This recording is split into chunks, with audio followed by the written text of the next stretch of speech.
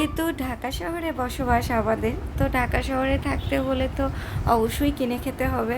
তো আমাদের তো আর বিল-ঝিল নেই যে মাছ ধরে জাল ভরে নিয়ে আসবো। তো এই তো বাজারে থেকে একদম পাঁচমিশালি বর্ষার এই যে পাঁচমিশালি মাছগুলো এখানে ছিল গুতুম, ট্যাংরা, বাইং, তারপরে মিনি মাছ, এসব মিলিয়ে একটা পাঁচমিশালি মাছ বাজার থেকে নিয়ে এলো আপনাদের ভাইয়া একটু বাসার জন্য। আর আমি আনার পরে এত পাগল হয়ে গিয়েছিলাম মাছগুলো দেখে, এত ফ্রেশ ছিল কি বলবো। তারপর তড়িঘড়ি করে হেল্পিং হ্যান্ডের হাতে দিয়ে দিলাম যে তাড়াতাড়ি কুটে বেছে ধুয়ে দেন।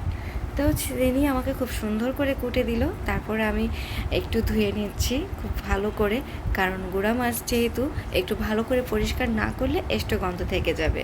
আর তার সাথে এনেছিল একটু সবুজ ডাঁটা শাক, শাকগুলো একটু বুদ্ধি করে আলাদা করে ডাঁটাগুলো আলাদা করে নিলাম।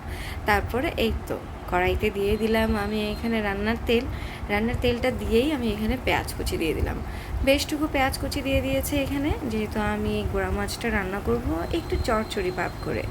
তারপর এইখানে যখন এইরকম বুদবুদি করে পেঁয়াজটা হতে লাগলো, সেই টাইমটাতেই আমি দিয়ে দিচ্ছি সকল মশলা, যেমন এখানে আদা রসুন বাটা, টেস্ট অনুযায়ী লবণ, লাল মরিচের গুঁড়ো, হলুদ গুঁড়ো, তারপরে একটু ধনিয়ার জিরার গুঁড়া, যেটা না দিলে আমার কাছে তরকারির স্বাদটা একদমই আসে না। তারপরে এই তো খুব সুন্দর করে ভালো করে আমি এটাকে কষিয়ে নিচ্ছি, যতক্ষণ পর্যন্ত না এটা একদম তেলটা উঠে আসছে সেই পর্যায়ে পর্যন্ত আমি এটাকে ভালো করে কষিয়ে নেব।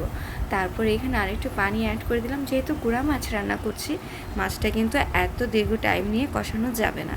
তো এই দেখুন খুব সুন্দর করে কিন্তু কষানোটা হয়ে গেছে। তারপর এখানে অ্যাড করে দিয়েছি সবুজ ডাঁটা শাকের ডাঁটাগুলো এত ভালো ছিল কি বলবো, দিতেই না কষাতেই না একদম হয়ে গিয়েছিল। তারপর এটাকে খুব সুন্দর করে কষিয়ে নিচ্ছি, এইখানে দেখতেই না অনেক লোভনীয় লাগছে। আমার কাছে তো এই টাইমটাতে এত ভালো লাগছিল কি বলবো, যখন ভিডিও করছি তখন মনে হলো এটা আসলে আমি রান্না করেছিলাম। তো যাই হোক, ডাঁটাগুলো দেখতেই পাচ্ছেন খুব সুন্দর নরম হয়ে গেছে, যারা রান্না করে তারা তো অবশ্যই বুঝতে পারছে। তারপরে এই তো পাঁচমিশালি গুঁড়া মাছটা আমি এখানে দিয়ে দিলাম। মিনি মাছের পরিমাণটা একটু বেশিই নিয়েছি, যেহেতু মিনি মাছটা আমার নিজস্ব অনেক পছন্দ, আমার মানে ব্যক্তিগতভাবে।